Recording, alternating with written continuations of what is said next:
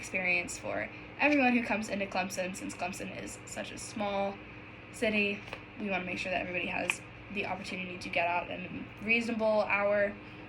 So that's what we're going to be talking about today. I'm first going to talk about which roads are causing the most congestion during game days and weekends. So obviously, if you live in Clemson or you go to Clemson, you know the main travel roads that go in. So Highway 76 and 123 that merge, Old Greenville Highway, Perimeter Road, College Ave. So I'm going to be talking about the state of traffic on each of these. So according to U.S. News, updated in 2020, Highway 76 and 123 stay pretty, I guess manageable is probably a good word. They stay pretty manageable during game day. They're not bumper to bumper until you get up to College Avenue that runs through downtown Clemson. They stay pretty manageable. You can get by. It's crowded because 76 and 123 lead out to 85 and then up to Greenville, or if you're going the other way to the west, they also lead out that way. Old Greenville Highway is a different story. Old Greenville Highway, if you don't know where that is, that's the highway that runs in front of Douthit Hills and the Hub, all the way up around Tillman, in front of the business center, and down by the soccer fields and out towards the stadium. So this street gets backed up all day, the whole day, if you're even allowed to drive on the roads. At some points, they do block off parts of Old Greenville Highway to reduce traffic, but in my opinion, I think it only adds to the traffic. So this road it's only 2 lanes on each side, so it gets totally backed up when people are trying to get out for game day.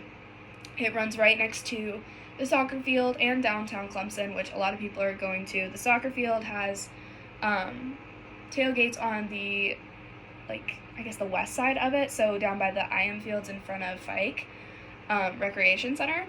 So a lot of people go there for their tailgates, so a lot of people are trying to get there for their tailgate spots. And then other people are trying to get downtown for food, or trying to get to the stadium a little closer, or going up to the basketball arena where their tailgates are. Basically, Old Greenville Highway is one of the main points of getting to the stadium and getting out of Clemson. And so it gets totally backed up. And then you have roads inner campus that are blocked off. So once you're on Old Greenville Highway, if you're not out in the next 10 minutes, you're not getting out for a couple hours. It gets so backed up and congested, it's not where you want to be. Perimeter Road kind of is similar. Perimeter Road runs on the south side of campus, so it goes down by the Student Center and by over kind of by C1 and under by the Ag School, all that sort of thing. So it runs on the south side.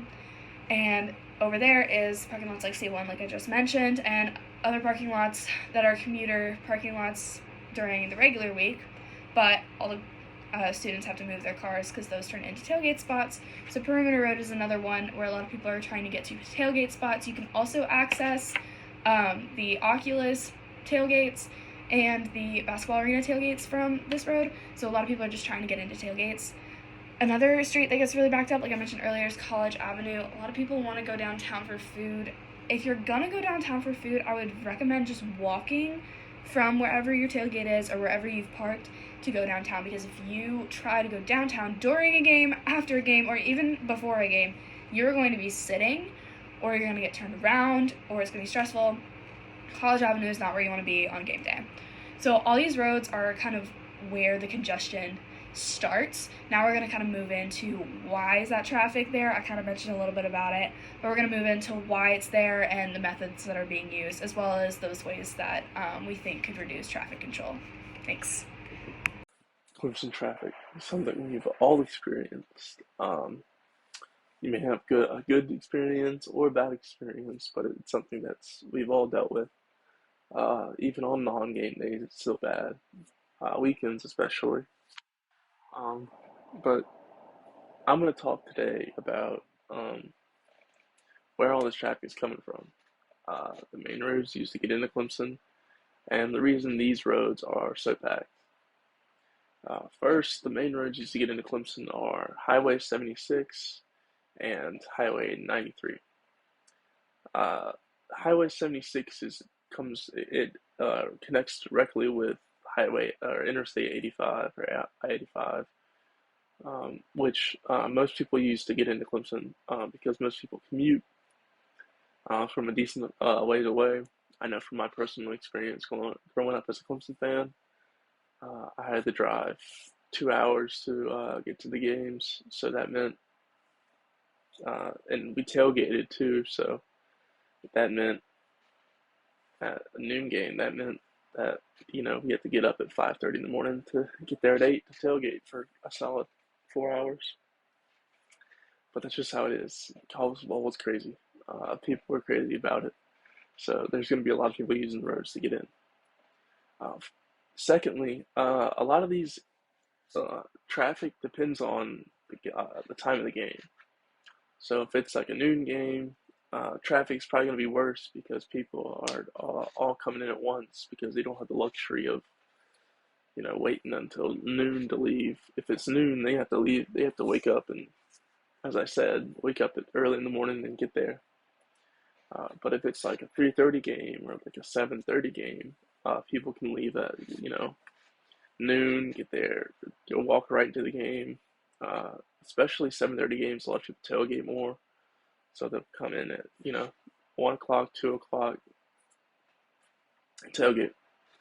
Uh, Also, another road that's really busy is it's uh, Highway 123. Um, it it leads directly into Clemson, so I mean, it's just gonna get packed. You can't really do anything about it.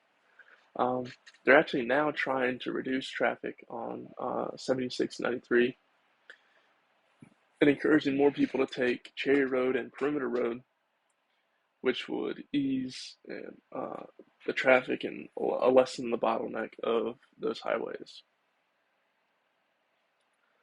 From personal experience, I just want to talk about that because I think it's more valuable than any source. I remember coming into games and being sitting there for 30 minutes because there's just literally so many people that you can't move for an hour, 30 minutes. They've gotten better about it, especially in the last couple of years because as we've won national championships, it's become more and more popular. But it's just tough on the police department and the highway patrolmen who have to do it because I think they said that the highway patrol deploys 100 officers for every game day, which is ridiculous. That's a lot of police officers just for one game. Uh, but when there's 100,000 people plus coming in for a single football game at one time, you can imagine that the traffic doesn't fare too well. Especially on, I have learned the trick of coming in Friday, staying in a hotel and like easily, and then going to the game because then you can wake up early, but not as early because you have less time, like you have less to drive. And I think if they did that, that probably help with the traffic, more people using the hotels, and especially if a lot of people live closer, because I know a lot of Clemson fans commute to the game, which doesn't really help because not a lot of people actually live in Clemson. I think the university population and university has more students than the town of Clemson has residents. So they're just not. I don't think the roads are built for 100,000 people, even though they've been dealing with this for years now.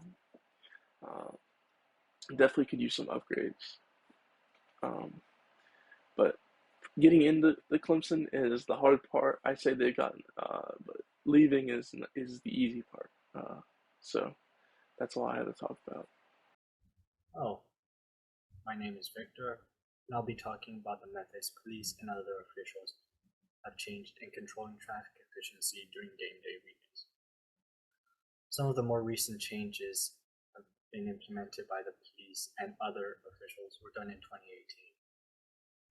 As reported by Joe Ripley of the WYFF4 news station, September of 2018, here's a small clip which includes opinions of game fans on the changes. We're just off Highway 76 at Old Stone Church Road here in Clemson, about 5 miles away from Memorial Stadium. You can see around rush hour traffic flowing pretty smoothly, but on game days in the fall, traffic can hardly move even 5 miles from the stadium. State troopers say they have a fix that could help relieve congestion. I live here. Shannon League knows Clemson's culture. She loves Clemson football. She doesn't feel that same passion, though, sitting at a standstill in game day traffic. That's crazy. It's good though. I mean, the locals are kind of used to it, so we know which ways to go and when not to go out of our house.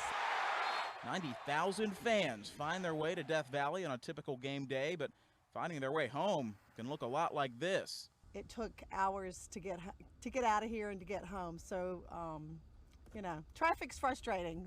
But we're used to it. Clemson fans know we're crazy. So South Carolina Highway Patrol did some tests. Instead of 4-lane Highway 76 going both ways, it'll go just one way, southeast from Old Stone Church Road to Highway 28. Troopers say the changes will make it easier for drivers to get to I-85. Oh, I think it'll help a lot. I think any idea, you know, doubling the traffic flow is a great idea to get people in and out safely. SCDOT will start setting up the changes at halftime during home games. Highway Patrol will start directing traffic once the fourth quarter starts. Critics don't expect the changes to noticeably relieve traffic flow, and troopers will try and crack down on fans trying to drive through the nearby cemetery. Whether she's moving at a crawl or not at all, Shannon League says any winning formula can put a pause on some Tiger fans' frustration. We can forget all the traffic if we have a win. Even with those upcoming changes, Highway Patrol tells me they'll look to see if they can change anything else throughout the season, see if they can tweak some things to help relieve that traffic flow. In conjunction, those changes will happen with Clemson's first home game versus the Furman Paladins September 1st. Joe Ripley, WYFF News 4, live in Clemson. Thank you, Joe. And let's take a closer look at that map. You can see where all 4 lanes of US 76 from Old Stone Church Road all the way down to Mechanic Street will be turned into 4 lanes. That's from halftime to the end of the game, easing that traffic to get you onto I-85.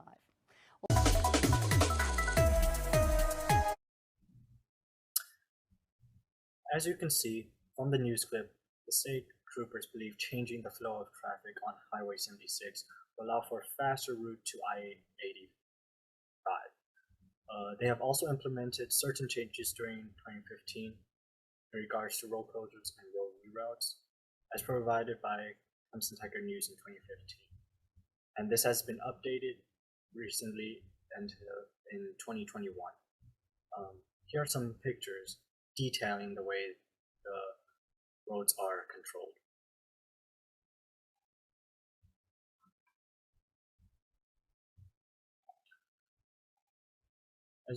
As you can see, this is the pre-game traffic flow. Most of the road routes are going both ways, allowing for easy access to the vehicle parking spots situated around campus.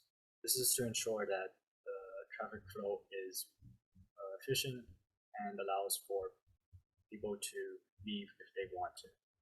However, in the post-game traffic flow, all the roads are only for outbound vehicles, and certain roads such as College Avenue or the Highway 93, Highway 76 interchange may be restricted due to not enough backup from state troopers.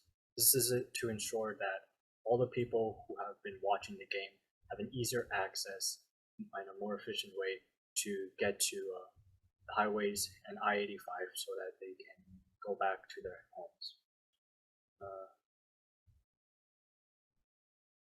And next we'll be talking about the other possible roads that can be used during